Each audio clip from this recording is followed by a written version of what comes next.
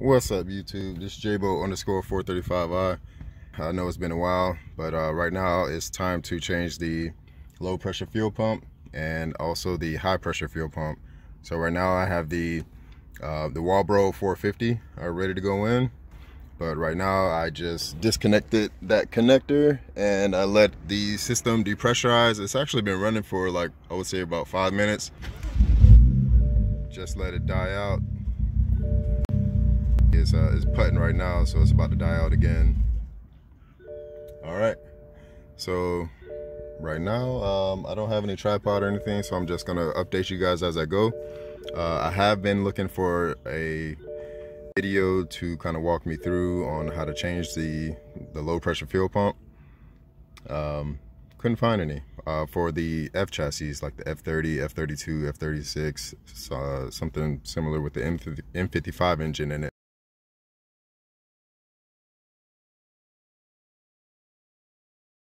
So now I am going to remove this connector here and then probably get a little flathead and a hammer and remove this locking ring off. So I've been getting, so yeah, you just pull that off.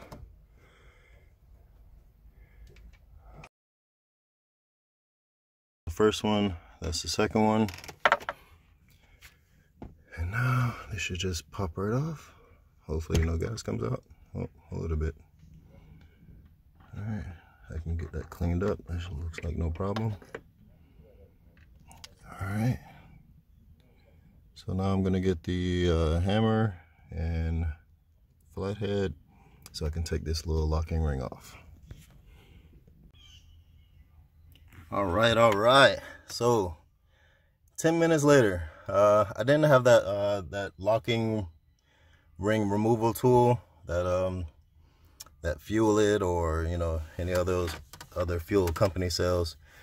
So basically I had to bend up these guys because it has that little hump right here that kind of goes inside the groove right here. So each one I lifted up, each one, and then got my flathead and got my big ass hammer and then hammered away. So I was able to come free, but it took a little time. So it saved me about 40 bucks because those tools, that's how much they cost to take off this little pain in the ass right here. All right, so next step, taking this off here, and we're gonna pry this top hat up. But first I'm gonna clean that up there. I'm gonna clean all that up there, and then I'm gonna go ahead and pry that top hat up. All right, so just a little massaging around each side, I was able to get the top hat up. So I have a half tank of gas in right now. So I'm pretty sure we have to disconnect some things before we can fully remove this out. So let me find out what those are and I'll get back with you.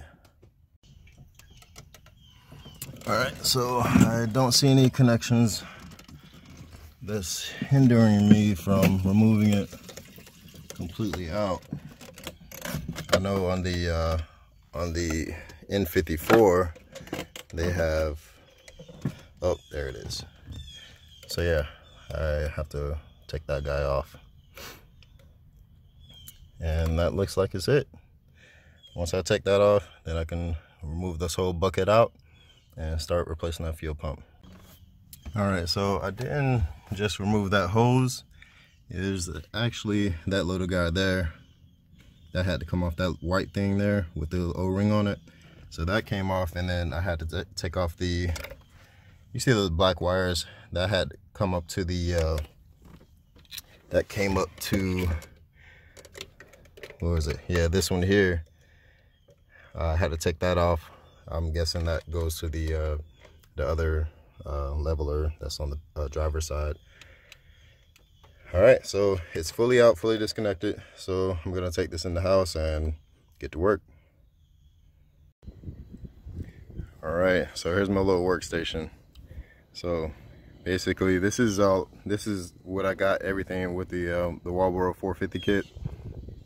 Came with the pump, came with this hose, a connector, and the filter, and also like butt connectors and the clamps. I bought this from a different website because it was recommended to a friend that I already had this whole setup done before.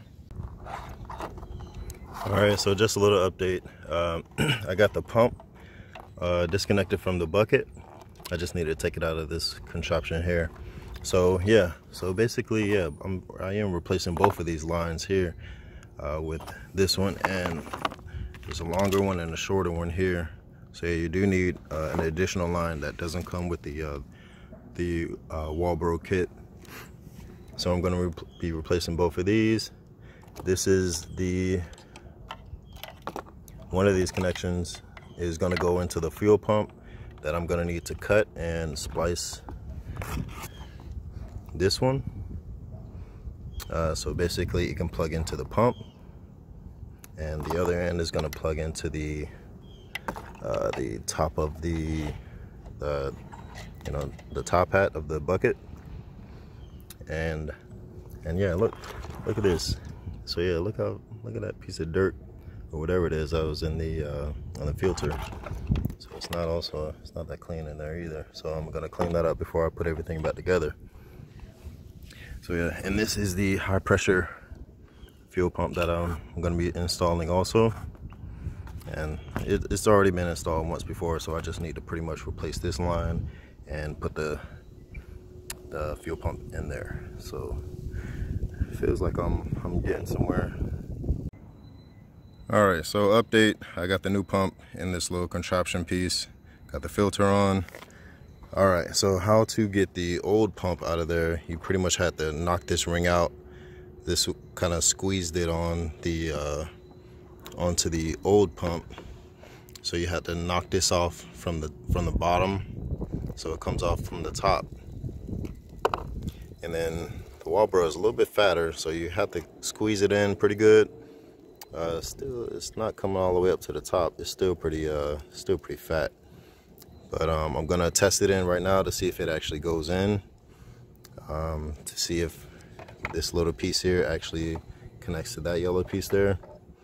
So that's what I'm gonna try out right now, and if so, I'm gonna put it all together. Then I'm gonna get to the wiring part of it. All right, so here it is. This is it. This is final. This is ready to go back in. All right, so Walbro 450, it's installed. I used the same little ring that I popped off, the original one that kept it locked in, to pretty much secure this one in. And I did have to cut the plastic piece that held the fuel pump. I did have to use that long one. The long tube went onto the fuel pump to the outside, and then this guy here, the short one that came with the fuel pump, goes to the inside one.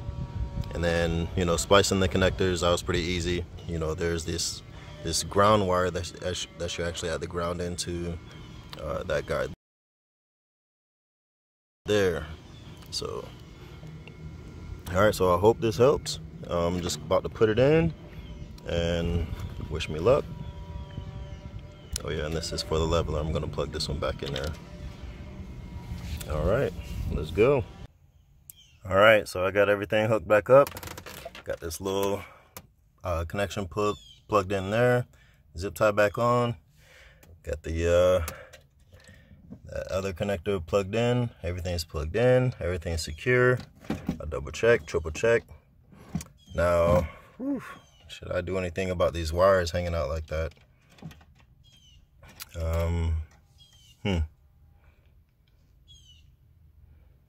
Let me get another zip tie, and I'm gonna zip tie these to something.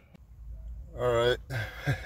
So that locking ring is pretty beat up by now, but first startup, I already connected the battery. Let's actually let's just press it without pressing the brake yet. So I'm gonna turn it off again.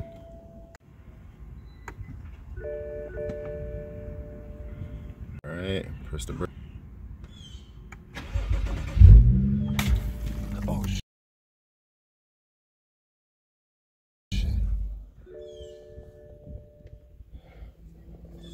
Well, yeah, that happened. I didn't put that little locking ring on. All right, so don't forget to put these on.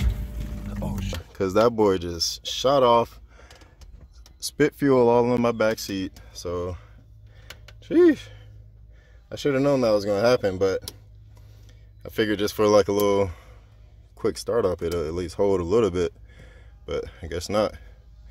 So I put the small one on first on the back, and then the other one right here. Shit. That was kind of... Alright. Damn. Alright. Let's try it again. Let's put the camera back here.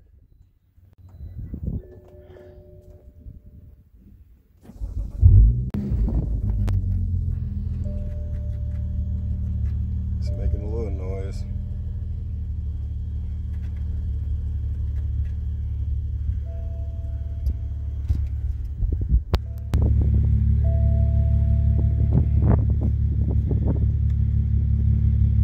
Tire pressure sensor. I don't have them installed on these wheels. No check engine.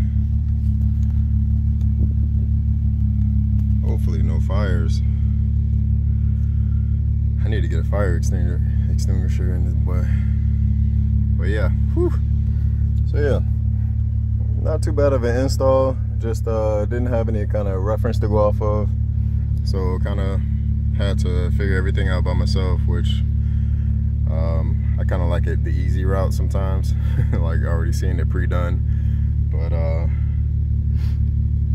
yeah, so everything seems to be holding up. I'm gonna let this idle a little bit, and so hope you guys like this video. I mean, it's not a good production type video. It's just me doing it in my parking lot of my apartment. So I mean, hope you guys can learn from this and have the confidence to do it yourself. All right, well, Jabo_435 checking out. Until then, peace.